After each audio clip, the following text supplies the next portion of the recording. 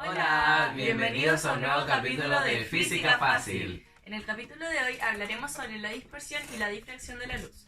Pero primero debemos entender la diferencia entre difracción y dispersión. ¿Qué es la difracción de la luz? La difracción de la luz es un fenómeno característico de las ondas que se basa en la desviación de esta al encontrar un obstáculo o al atravesar una rendija.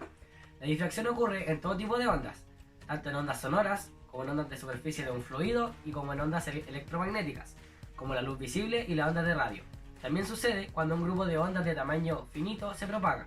Por ejemplo, por causa de la difracción, la luz de un láser debe finalmente divergir en un rayo más amplio a una cierta distancia del emisor.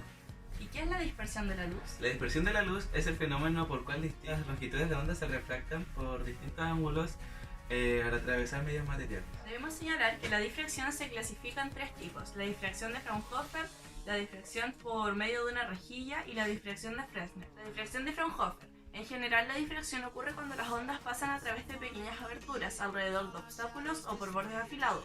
Cuando un objeto opaco se encuentra entre la fuente puntual de la luz, la frontera entera de regiones separadas e iluminadas sobre la pantalla no está definida.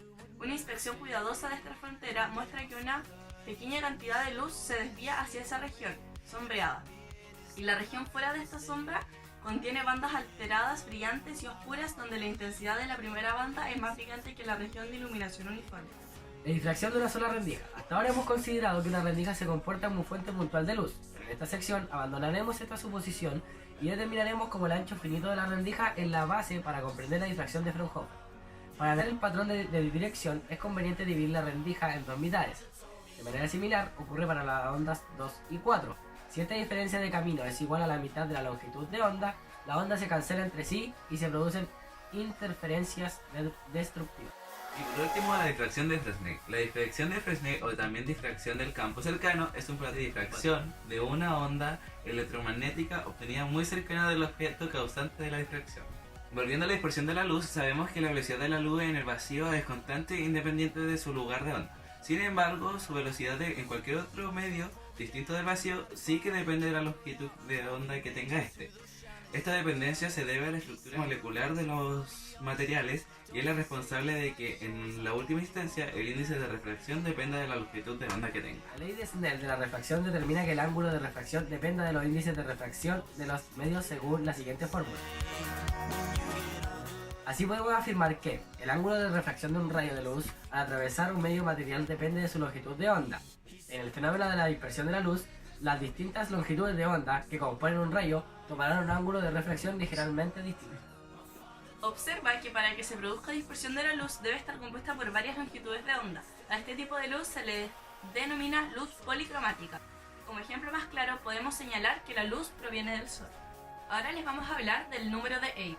Utilizamos el número de Eight para cuantificar la dispersión de un material. Generalmente se obtiene mediante el índice de refracción a distintas longitudes de onda, amarillo, azul y rojo, aplicando la siguiente expresión, donde V es el número de Eight, también denominado valor V minúscula o valor V mayúscula. Se trata de un número adimensional.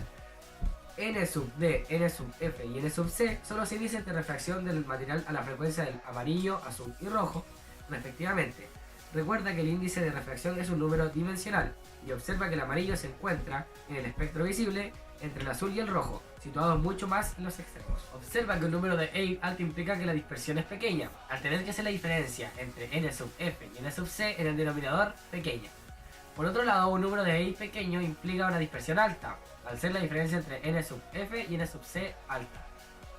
A los materiales con V mayor o igual a 50 se les denomina materiales Crown, y a los materiales V menor a 50 se les denomina materiales Flint. Como ejemplo, el fenómeno de la dispersión fue explicado por primera vez por Newton, a quien debemos el conocido prisma de Newton.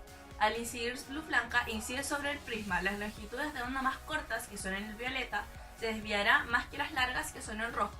De esta manera, Newton demostró que, en contra de las creencias de la época, los colores de las sustancias no provienen del interior de las mismas, sino que se debían a la descomposición de la luz blanca. El fenómeno de la dispersión es altamente utilizado en la espectroscopía. Esta es una técnica de análisis que consiste en el estudio de las distintas componentes de radiación electromagnética que emiten o absorben los cuerpos en ciertas condiciones. Al conjunto de componentes monocromáticos obtenidos se le denomina espectro. Así, cada elemento químico presenta un espectro característico cuando es excitado. El estudio de este patrón permite, por ejemplo, descubrir la composición de estrellas o de planetas. Los espectros se dividen en espectros de emisión y en espectros de absorción. De emisión, la sustancia se excita mediante descarga eléctrica o un calentamiento, y la energía comunicada es devuelta en parte en forma de radiación electromagnética con frecuencias características para cada elemento. Para radiación se usan prismas que separan claramente cada una de las componentes en frecuencias de la radiación. Y de absorción, la sustancia a estudiar absorbe parte de esta radiación electromagnética que le llega y la radiación sobrante se descompone igualmente en un prisma para estudiar las frecuencias ausentes. Eso fue todo por el episodio de hoy sobre difracción y dispersión de la luz. Esperamos que les haya gustado. Si tienen alguna duda, déjenlo en los comentarios. Y nos vemos en un próximo episodio de Física Fácil.